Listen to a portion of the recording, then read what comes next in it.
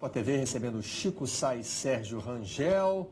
Na edição de ontem, muitos internautas ficaram bravos com a gente, porque o Flamengo foi o nosso último assunto.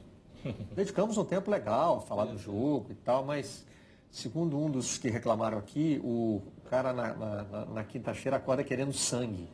E a gente não pode demorar muito pro assunto.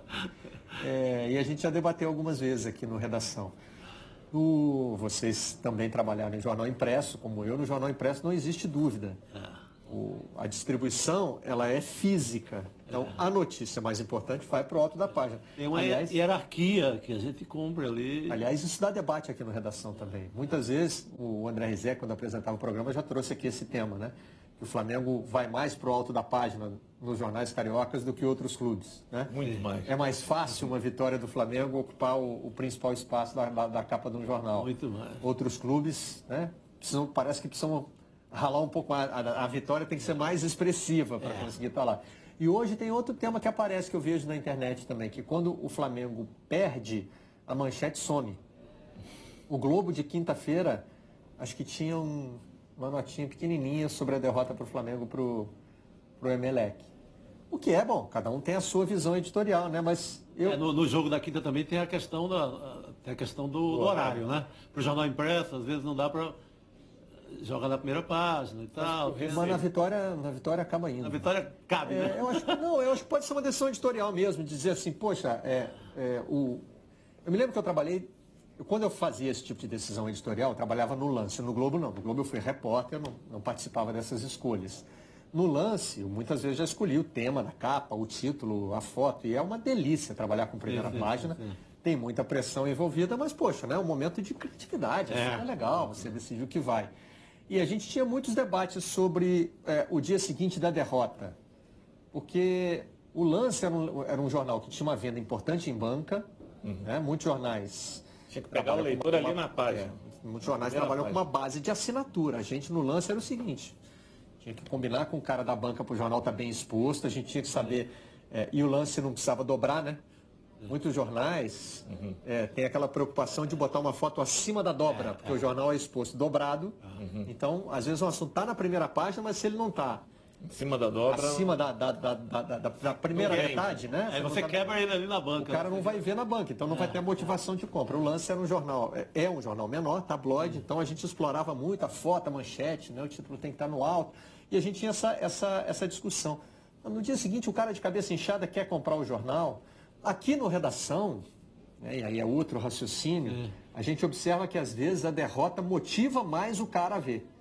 Porque ele está com esse sangue nos olhos, entendeu? Ele quer que fale... Mas normalmente o Jornal Popular cai quando o Corinthians... Eu trabalhei muito tempo na temporada boa no Diário Popular. Vitória do Corinthians. Mais ali uns 30% no mínimo de venda. O Corinthians perdeu, o cara nem passa na banca, é isso? O cara não passa na banca. Para Jornal Popular, eu acho que Flamengo, Corinthians, eles vendem jornal e na derrota ninguém vai querer, ninguém quer posta de derrota, né? Mas aqui eu vejo que muitos internautas raciocinam assim, o primeiro assunto é o mais importante. Sim. E para fazer um programa de televisão, isso não é necessariamente assim que a gente pensa o programa. Você tem vários outros indicadores. A que horas a sua audiência chega mais, como é que eu comporto... E tudo muito sutil, né? Não é uma coisa também que você possa dizer, não, eu garanto que se colocar esse assunto aqui vai bombar. A gente vai tentando fazer uma leitura. E outra coisa, né? Como o Redação é um programa que gira muito pelo Brasil, a gente fica um pouco preso aos horários em que as praças podem participar. A gente chama de praças, né? Sim. Porto Alegre, Belo Horizonte... mesmo para o pessoal que participa de São Paulo, a gente tem que combinar o horário com o Globo Esporte, sabe? É bem mais difícil do que um jornal impresso. É um quebra-cabeça... Tinha dois inimigos de jornal popular, que era a chuva e derrota do Corinthians. O cara não sai de casa, né? O cara não vai na banca, olha o jornal e tal. Então, chuva e derrota do Corinthians em São Paulo era fatal para cair a venda do Diário Popular. Aqui tem... Estava rindo aqui porque já tem um internauta contribuindo. Nós somos os Redações. Rapaz, botaram uma peruca no cereto que eu custei para descobrir que era ele. Tá bonitinho, hein, cara? E me fizeram um penteado aqui para eu parecer mais com o Renato Aragão ainda, né? Esse foi o objetivo, né? Pegaram o cabelo dele e aplicaram ao meu rosto. É isso. É isso. O Cerito ficou com a peruca do Zacarias. O Rizek e o Dedé. Ô, Chico, você ficou no lugar do Mussum aqui, mas sem adaptação. Que honra, hein? Que honra, né? Que honra, pelo amor de Deus. Sem grandes Alguns adaptações. critérios eu faço juiz ao Mussum, na boa. Carlos Sofia, para quem não viu, ver, e para quem já viu, vale a pena ver de novo. Obrigado pela homenagem. Mas enfim, aqui no Os Redações, né, a distribuição de horário é um desafio para a gente. Hoje escolhemos o Flamengo, era aí que eu queria chegar. Vamos com as manchetes do dia. Bom, Jesus continua inspirando, né? Eu já falei que não vai ter prazo de validade para a gente acabar de fazer trocadilho com o nome dele. O Extra faz os 10 mandamentos de Jesus para a salvação do Fla. Eu já mostro em detalhe daqui a pouco. O Ataque pergunta: para onde ir, Jesus? Improvisar jogadores, arriscar lesionados, mudar esquema, apostar na base? São várias opções que ele teria. Tudo isso já projetando muito mais o jogo de volta com o Emelec do que necessariamente o clássico desse fim de semana com o Botafogo, né? Uhum. Talvez o Flamengo entre na onda de vários times que estão na Libertadores de poupar. E o Globo vai mais direto ao assunto aí, ó. Desfalcado por contusões, Fla chama Reinier. Garoto do Sub-17. Uma esperança que o Flamengo tem para faturar, né? A verdade é essa. Hoje, o clube brasileiro, quando revela uma joia, o objetivo é fazer uma grande transferência para o futebol internacional, como aconteceu no próprio Flamengo com o Vinícius Júnior. Uhum. Menos um pouco com o Paquetá, que saiu já um pouquinho mais velho, é até estranho falar que ele saiu 21 ou 20. É bizarro essa expressão, mais velho. Isso virou mais velho, né? Eu tinha feito um pouquinho mais de aniversário quando foi transferido. O Vinícius já estava vendido antes de completar 18 anos e pôde ficar no Flamengo até fazer aniversário. Como vários no Fluminense também. Sim. João Pedro hoje está exatamente nessa situação no Fluminense, né? Rodrigo foi assim no Santos. Hoje em dia isso é uma situação que a gente está acostumado a ver. Agora, chamar o garoto para esse momento de pressão, eu acho que... ele já fez 17, é isso? Ó, o René é capaz de fazer esse tipo de gol aí. Mas jogando com a garotada. Está bem vazio ali, se você isso não é um jogo que tenha pressão, né? Foi um jogo pelo Sul-Americano. Assim. Eu acho isso fundamental, Barreto. Acho que é aí que se faz um herói. Separar os homens dos guris? Acho que começa a construir um grande cara do jogo da volta, né? Porque acho que tem que apostar nisso mesmo. Você não tem medo daquela coisa que tem no futebol de queimar o jogador? Eu acho que isso é lenda, sabe? Essa é uma expressão que sempre me fascinou, porque assim, eu fico imaginando assim, o cara é bom, né? O Reinier é bom de bola. Aí você bota ele para jogar uma vez no Flamengo, ele joga mal. Aí queimou. Pronto, acabou o Reinier. Nunca mais ele vai jogar bem. Isso é lenda, isso não vale. Eu sou acostumado Se o cara for bola mesmo, ele... faz como o Coutinho, estreia com 14 anos no Santos. Tá bom? 14, pô, porque 17 já é velho, não vai ficar mais nem 2 anos. Bota pra jogar. É porque normalmente os clubes costumam fazer algum planejamento, o cara entrar num joguinho mais fácil ali. Agora, é curioso... O Emelec não é um jogo... É o Emelec, gente. É uma espécie de olaria da América Latina, né? Uma olaria que não teve Romário, que não teve Jair Pereira, que não teve... Gonçalves. Nelinho, acho que passou pela olaria também. Miguel, zagueiro do Vasco. É uma olaria desqualificada, assim. Dá para ganhar. Mas e a pressão do jogo? A pressão circunstancial do jogo? É que assim... Maracanã nós estamos falando do tal jogo de 180 minutos que no intervalo está 2-0 para o outro. E é o jogo da torcida do Flamengo, né? Porque se perder esse jogo aí, a torcida, o ano vai praticamente acabar para o Flamengo. Se perder, pode ganhar o brasileiro. No próximo domingo a faixa está lá, né? Brasileirão é obrigação. É obrigação. Isso se já não tiver agora contra o Botafogo. Mas... Cara, dá para ganhar com 9 jogadores. É o Emelec. Temos que lembrar sem aquele populismo com todo respeito e tal. Mas, claro, é o Emelec. E é o Flamengo. Bom, o Reinier vai jogar hoje. Vai jogar pelo Sub-17.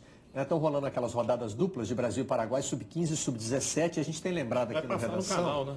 Está passando, ó, primeiro jogo é 1h da tarde, o Sub-15, depois às 13h45. O torcedor do Flamengo vai poder ver se pode escalar ele ou não. Vai ter que ir a São Januário, vai ter que ir ao estádio do rival, mas é jogo da seleção brasileira, né? Vale. E a gente só tem lembrado aqui todo dia que para assistir a esses jogos basta levar um agasalho, um cobertor ou 1 quilo de alimento não perecível. Então, poxa, né? ver a seleção brasileira em ação. Para o torcedor do Flamengo, né? Agora, esse atrativo extra, ver o Reinier em campo para saber se ele está pronto para a próxima quarta-feira. Passa no teste, né? E você ainda Mas não pode, tá com pinta de herói, né? pode ajudar. O cara vai lá, sacado da seleção, 17 anos, joga na fogueira. Vamos lembrar que o Vinícius Júnior fez o seu primeiro grande jogo pelo Flamengo. Quando eu falo umas coisas assim de memória, já aperto o F5 aqui, para os internautas me corrigirem se eu estiver errado. Mas na minha memória, o primeiro grande jogo do Vinícius pelo Flamengo é a virada em cima do Emelec. Esse foi um jogaço que ele fez mesmo. Foi fase de grupo, né? Foi na Não era mata-mata. Isso, ele até botou aquela... Um torcedor jogou botou os óculos, um óculos com raiva dele, porque ele tinha feito mais um gol, acho que ele fez 2 gols. Fez 2 gols. Aí ele pegou e botou a foto, saiu na capa de todos os jornais no dia. O Flamengo estava perdendo de 1-0. Ele entrou no segundo tempo deslocado, jogando pela direita. Carpegiani fez uma leitura lá. Acho que até o mesmo lateral que está hoje, que é o lateral mais velho, Bagui. E aí o Vinícius deitou e rolou em cima dele, fez 2 gols, virou o jogo. Esse jogo... É o que o Flamengo precisa. Eu não consegui ver todo porque eu estava trabalhando na Folha e morreu a Marielle. Naquela hora. Foi naquele dia. Estava começando o jogo, avisaram. E aí eu tive que... Eu me lembro que eu escrevi a coluna do Globo no dia seguinte com essa... Falando dessa coincidência de horário, né? E das trajetórias. De onde veio o Vinícius, de onde veio a Marielle. Vinícius Júnior, eu fui lá em São Gonçalo, no bairro que ele começou. Realmente ele era muito humilde, assim, a família muito carente. E, poxa, agora está lá no Real Madrid. E o caso Marielle não foi resolvido. Até hoje. O tempo todo. Tem... Dá para dizer que tem alguns avanços, não? Alguns avanços. Tem uns indícios aí, mas... Né? Já tem correção aqui. JW Against the Machine. Pô, chique. Vocês têm que levar em consideração que a primeira partida do Vinícius Júnior não foi boa. E mesmo assim a torcida não pegou em cima, pois sabia da qualidade. Por que com o Reinier vai ser diferente? No segundo tempo também. Primeiro foi Flamengo e Atlético pelo Brasileiro? O primeiro de todos, porque ele está dizendo isso aqui. Mas como titular ou ele entrando? Porque ele entrou bastante no segundo tempo, assim, ele realmente não aparecia muito. Eu acho que o primeiro foi um Flamengo e Atlético pelo Campeonato Brasileiro. Acho que a primeira rodada do Campeonato Brasileiro. E ele não foi bem mesmo. E o internauta aqui está dizendo isso. Quer dizer que a torcida vai perder a paciência para sempre. O pessoal da nossa equipe já confirmou, foi mesmo o Flamengo e Atlético. Se falar para o Reinier que é para jogar sem a responsabilidade de ter que resolver o problema, ele jogará leve. O problema é que tem que resolver o problema. Tem que resolver, não. Eu acho, tem um problema para ser resolvido. Eu acho que ele tem que dormir, tem que mentalizar que é um jogo grande, ele tem que resolver, não é o contrário. Não tem essa de aliviar, não. Acho que, cara, esse cara tá 17 anos, ele já joga bola desde das fraldas. Esse menino já decidiu.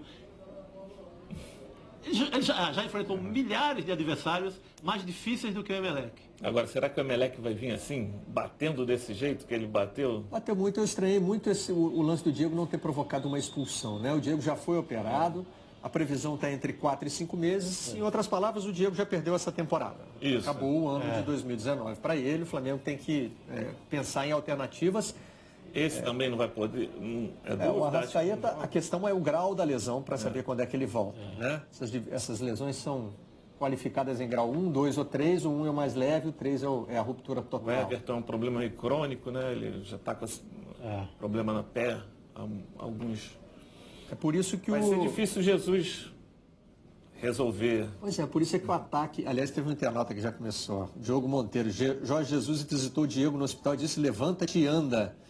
A torcida do Flamengo já pode glorificar de pé. Poxa, Diogo. Né? Aplicou o Lázaro. Vale o trocadilho, mas a situação do Diego, né? Infelizmente, nem esse Jesus, nem o outro vai poder resolver assim. Né? Ele vai ter que passar pela ciência mesmo e a gente deseja ao Diego a melhor recuperação possível. Por favor, volta, menino. A gente sabe do sofrimento que é para o jogador de futebol. E na situação que ele saiu, na situação dramática de meio vilão, aí se contunde, né? No jogo anterior tinha perdido um pênalti, numa decisão. Embora tenha jogado bem contra o Atlético Paranaense. A questão ficou muito em torno do pênalti mesmo. Quais são os 10 mandamentos, então, que o Extra está apontando para o Jesus salvar o Flamengo? Vamos ver aí, continuando na seara dos trocadilhos. Não escalarás Rodinei. Não barrarás Cuejar. Ensinarás os zagueiros a marcar? Os zagueiros do Flamengo estão tão mal assim, irmão. Não insistirás com Arão. Não serás teimoso em jogar com Gerson. Não colocarás Rafinha perdido no ataque. Treinarás pênaltis. Ele disse que treinou. Esquecerás Lincoln, Lucas Silva e outros meninos em jogos decisivos. Ó, o Renier entra nessa aí. Boa. Agora... Não queimarás todas as substituições no início do segundo tempo e não serás o professor Pardal, mudando a maneira de jogar. A grande qualidade do Jesus é ser um cara de invenção. O que o Extra fez aí, com uma pegada de humor, foi, na verdade, reunir críticas que foram feitas ao Jesus por vocês da imprensa e pelo torcedor também. Não, eu acho que eu ouvi todas essas críticas depois de quarto. Também. Cabe na boca de qualquer flamenguista, tudo isso que... os mandamentos todos aí.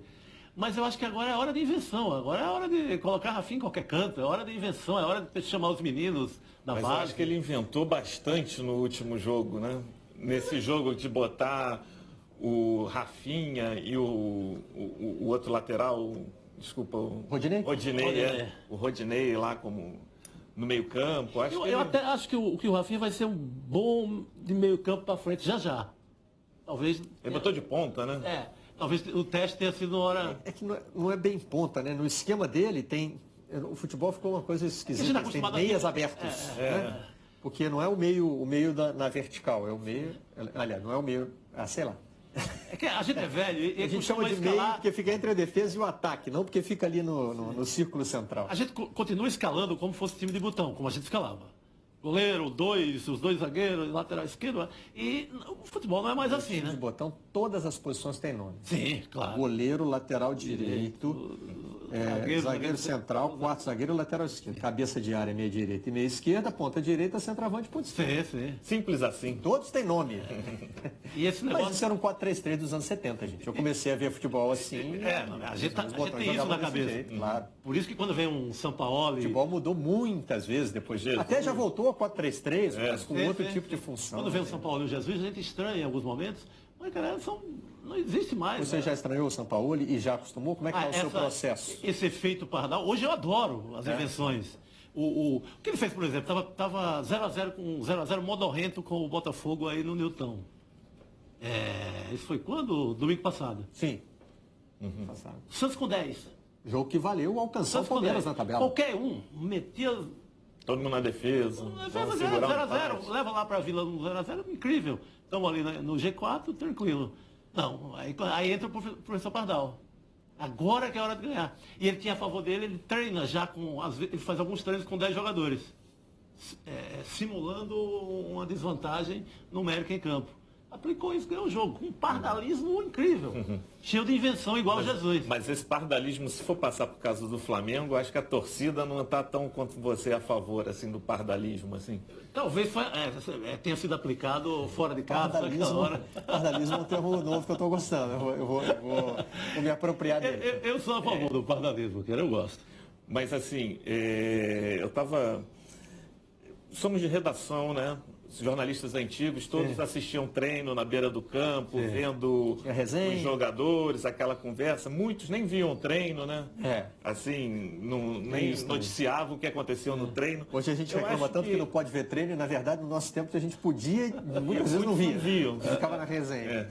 E aí tinha aplicando agora, ninguém vê o treino, não vê como o pardalismo está sendo feito e tal. Tudo treino fechado, os jornalistas não veem.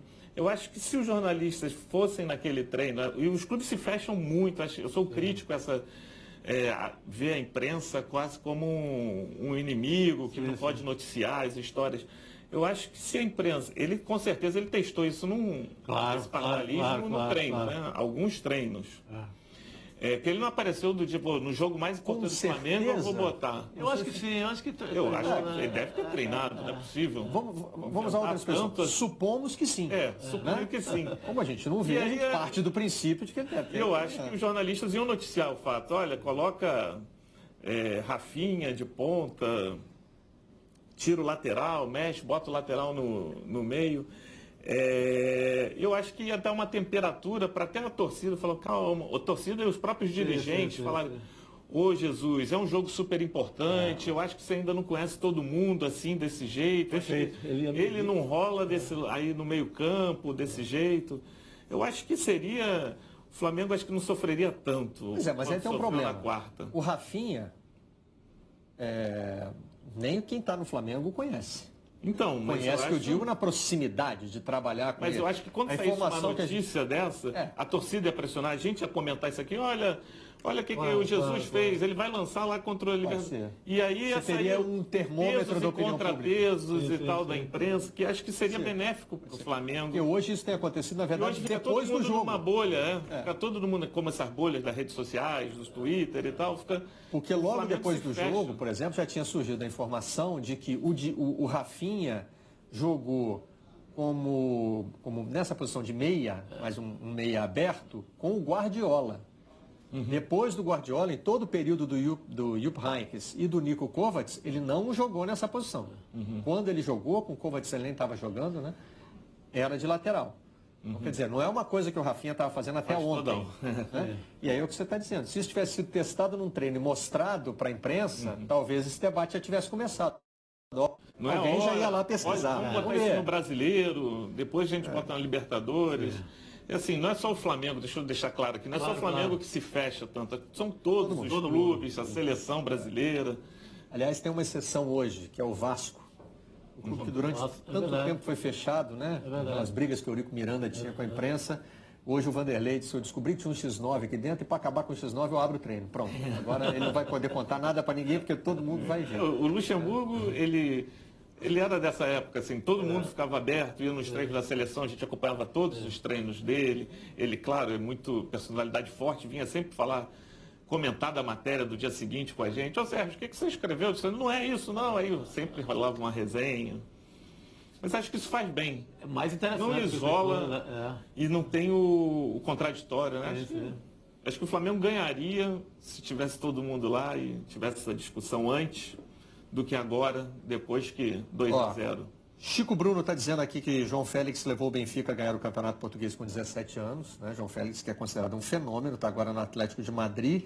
E o André Diogo pergunta se no caso do Renier ele está inscrito na Libertadores. Sim, já temos essa informação, ele está inscrito para essa fase.